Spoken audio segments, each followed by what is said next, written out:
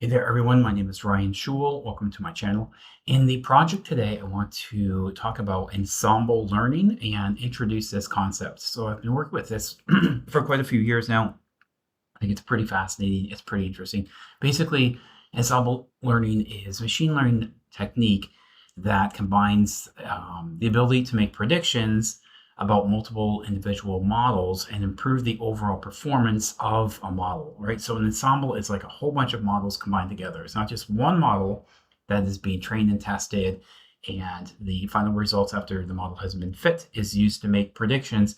We have a whole bunch of models doing the lift. So with bagging, it's also called bootstrap aggregating. It's basically a technique that involves training multiple instances of the same model on different subsets of the training data created by random sampling with replacement. Okay, so you take a random sample, train the model, take another random sample, train the model, take another random sample, train the model, right?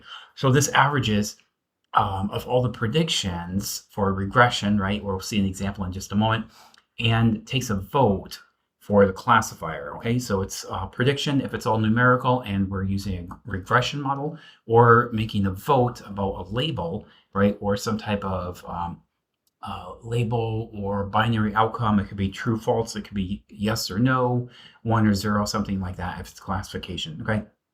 So boosting basically involves training multiple models sequentially. So you train one, take the results, train the next, take the results of that, train the next, and so on and so forth. Okay.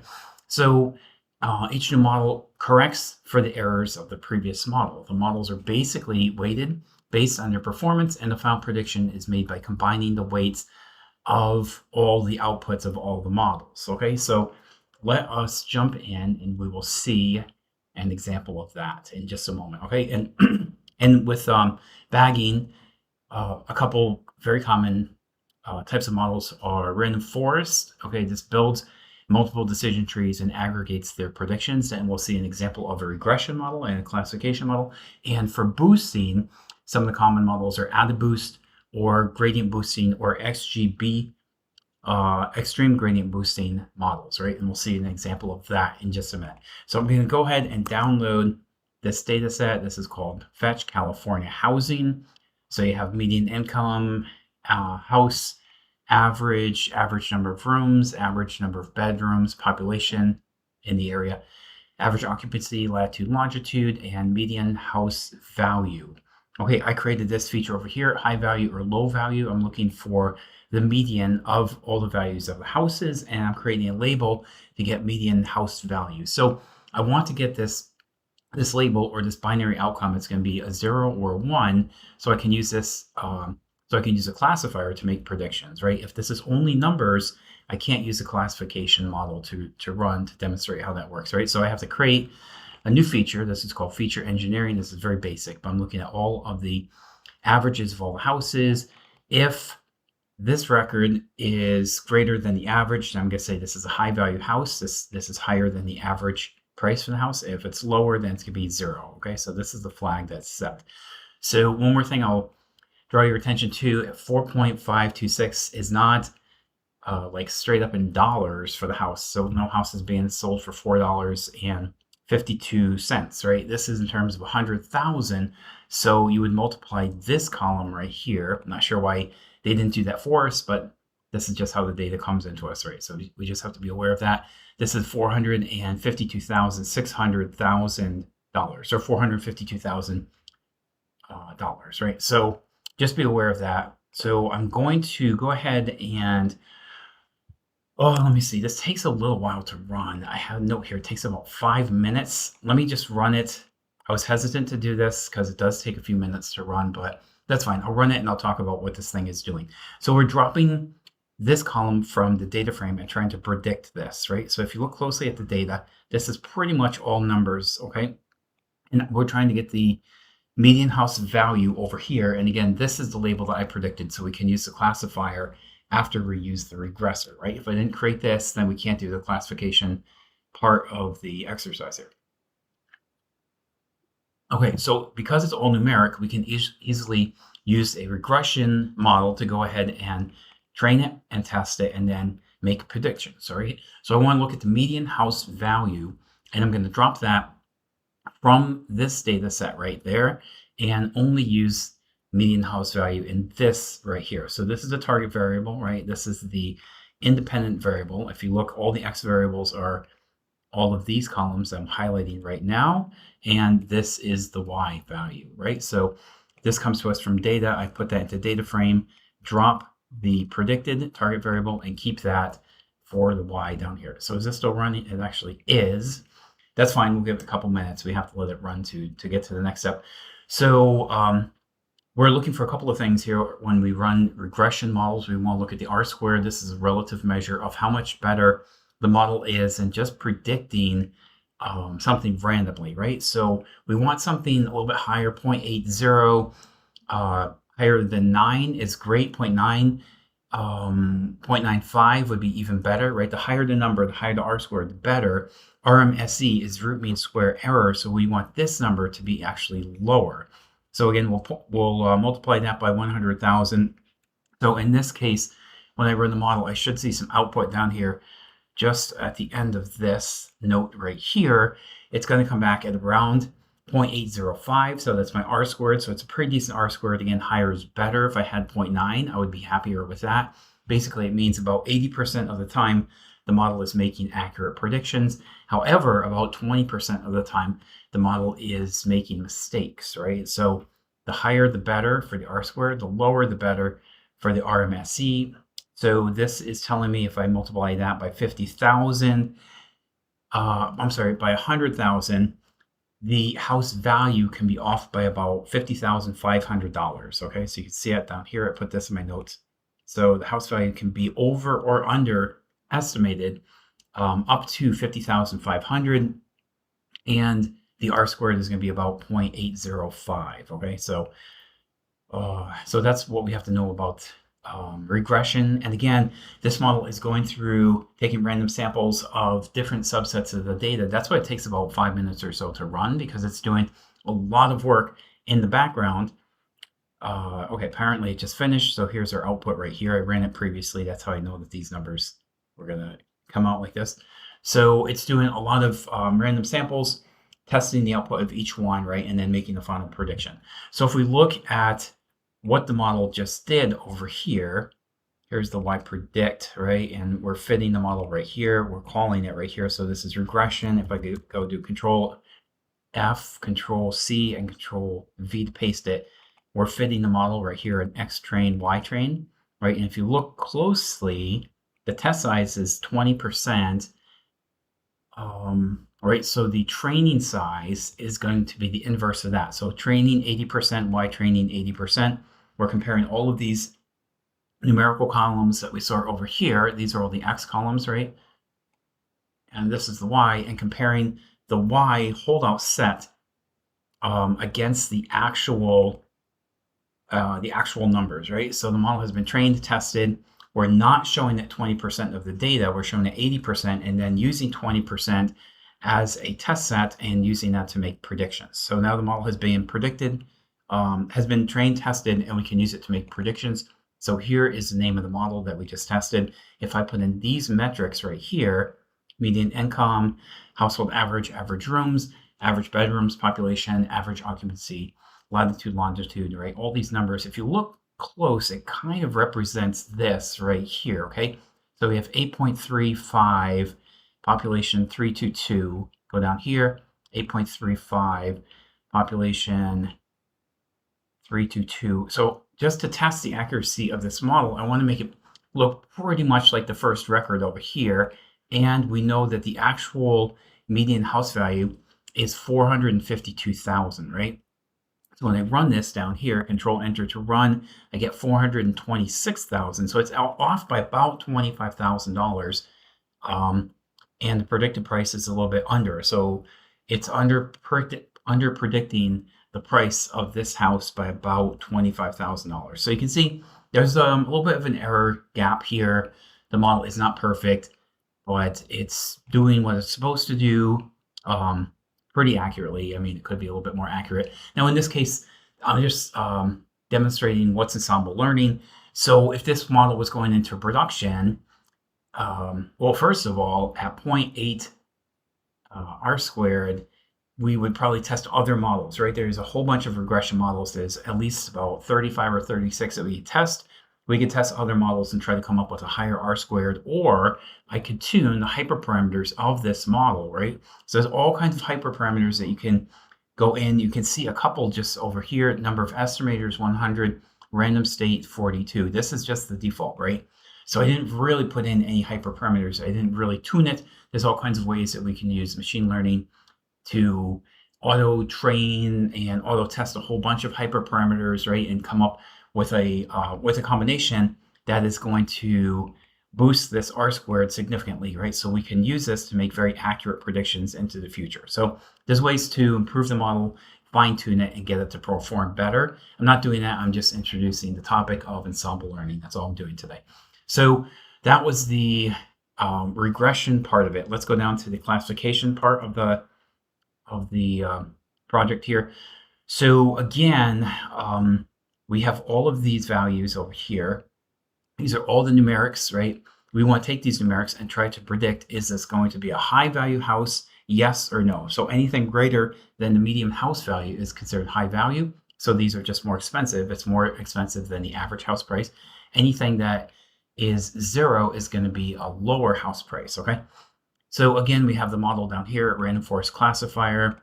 We are fitting it right here, RF, that's just a short abbreviation, okay? And then we make predictions down here, just similar to what we did with the regression model, but now we're looking at a binary outcome of 0 or 1. We're not looking at continuous data. If you look over here, this is continuous, right?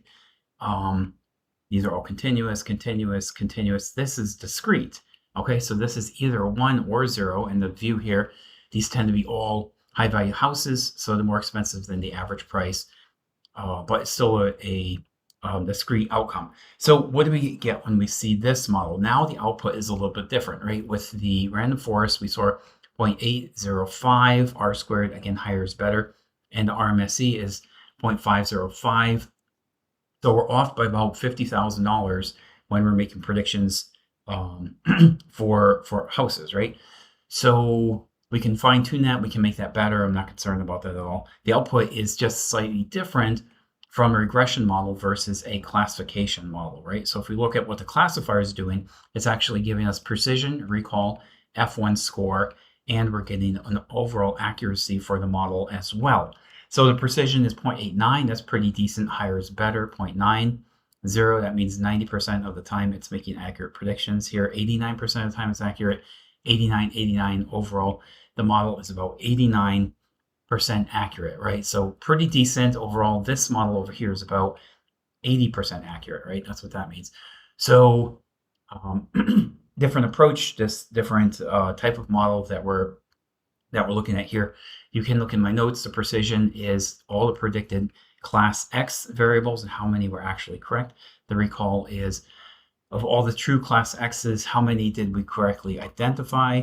For the F1 score, we're looking at harmonic mean of precision and recall.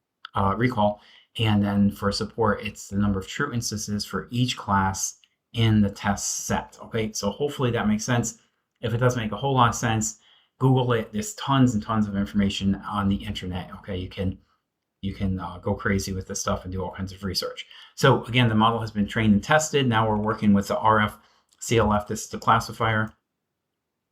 So once it's been trained and tested over here, we can use that to make predictions. So again, I'm going to use something kind of similar to what we saw before, 0.8352, 322, right? And if we go back over here, that should align pretty close with what we see in the first row. Okay, I don't want it to be exactly the same, but just for a quick sanity check, I want to see, is this going to give me a high value house 1, or is it going to predict the label as a low value house, and and we'll see a 0. So let's go ahead and run it. And it said high value house, and that's exactly what I would expect with an accuracy of 89. And these numbers matching in this row, I would expect a high value house. I would expect that to pretty much match because all these other metrics are what the machine has been trained on, and it's basically saying, okay, I know the profile of this house. I know this should be a high value house, right? So that's how this stuff works, right? So we made the prediction. Let's look Another example here, using XGBoost. Okay, so the last one was a random forest boost. This is XGBoost. So let me go ahead and enter it. Control Enter to run, and you can see the name of the model is right here, right? This over here is random forest. If you look close, you'll see random forest regressor. Whoops. That's the type of the model, right? And that's called originally from over here. We have to import these libraries from scikit-learn. Over here, we had random forest classifier. Here's the model right here.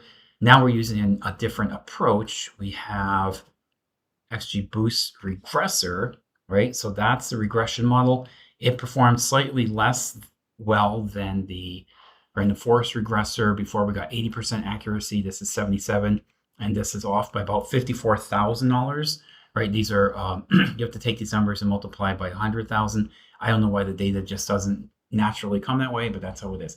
So that's the XGBoost regressor, right? Let's look at the XGBoost classifier. So here's the classifier over here, and you can tell the model is imported there and used over here. And again, so once these are trained and tested, we can obviously use these to make predictions. I just did the prediction for the regression models. I didn't do it for the I just did it for the random forest. I didn't do it for the XGBoost, but I would encourage you to do that yourself. So here the model is performing almost as well as the random forest, but this XGBoost came in, I think, just 1% less accurate overall than the previous one, right? So basically, the ensemble method, the bagging is the random forest regression or the random forest classification, and the boosting is gradient boosting regressor or gradient boosting classifier. Okay, the approach to the model running is parallel. This is sequential. So again, the boosting algorithm is doing one part and then boosting that to the next, and then boosting that to the next, and then boosting that to the next. The bagger is running all of these random samples on the data in parallel, right? So everything happens all at the same time. So basically, this approach is better to reduce variance. This approach is better to reduce bias. There's always a bias and variance trade-off, okay? If you look at the charts, you'll want to be at the bottom of these bias variance trade-offs, okay? And these lines will intersect each other and they'll cross over. I don't know if I have an example. Let me look for one real quick. It's pretty interesting, actually. Image. And then bias.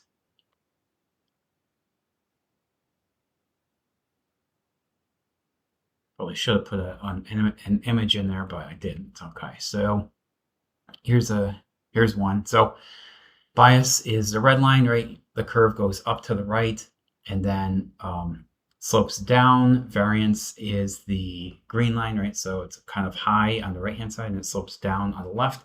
And where they intersect is really the ideal place where you want to be to minimize the error that the model is producing, right? So that's pretty much how that works, okay? And you use bagging when you want to reduce variance. Models are sensitive to noise, or you want simplicity and robustness, and use boosting when you want to reduce bias. You want to focus on hard to predict cases, and you want high accuracy, and there's going to be some more complexity that goes with that model, okay? So down here I have a plot. I always say a picture is worth 1,000 words. So I threw in a chart over here so we can see the performance side by side. So the R² was about 0.880, okay? And for the booster, 0.77, and the RMSE was 0.54, so it's off by $54,000. One way or the other, overpricing the house or overestimating the value of the house, or underestimating the value. And here it's off by about the same, by about 0.54. So those two align pretty well. Yep, picture is worth 1,000 words. So rather than going through all these exercises over here, when you're putting together a demo, if you're showcasing this to some stakeholders, you can go ahead and grab that. You need that, so you should use that. You need this too. But I think this chart over here illustrates the point pretty well. You're comparing the R squareds and RMSE. And this is looking at the accuracy, precision, recall, and F1 score.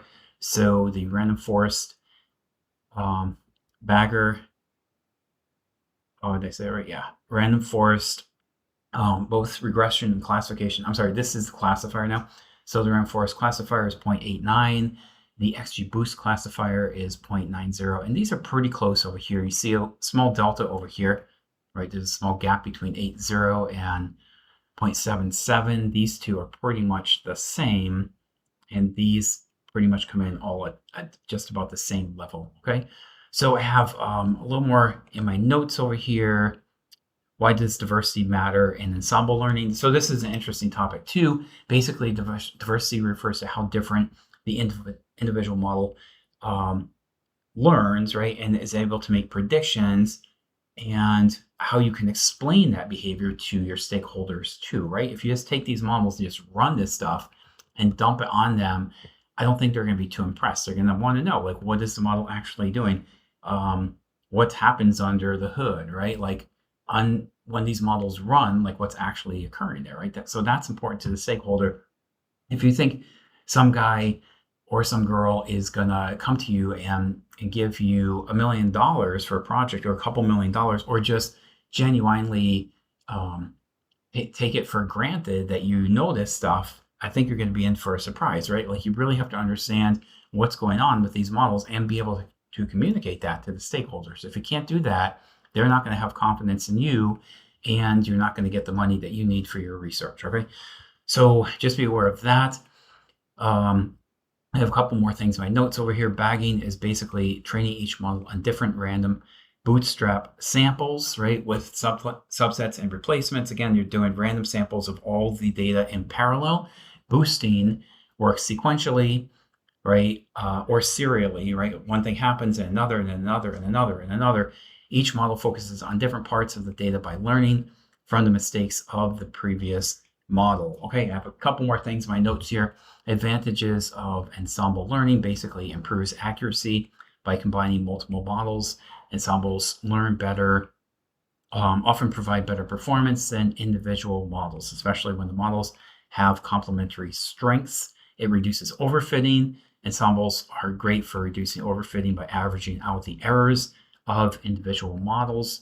Both of these are very versatile, right? So it can help they can be applied to solving a wide range of machine learning problems, right? And sometimes these models are not good, right? In some cases, like predicting future house prices, predicting the label, is the house expensive or not expensive, right? We just saw that if it's 1, it's an expensive house. If it's 0, it's cheaper than the average house, right? This one is just cheaper for a variety of reasons, right? Smaller size, less square footage, less bedrooms, less bathrooms, whatever the case can be, right?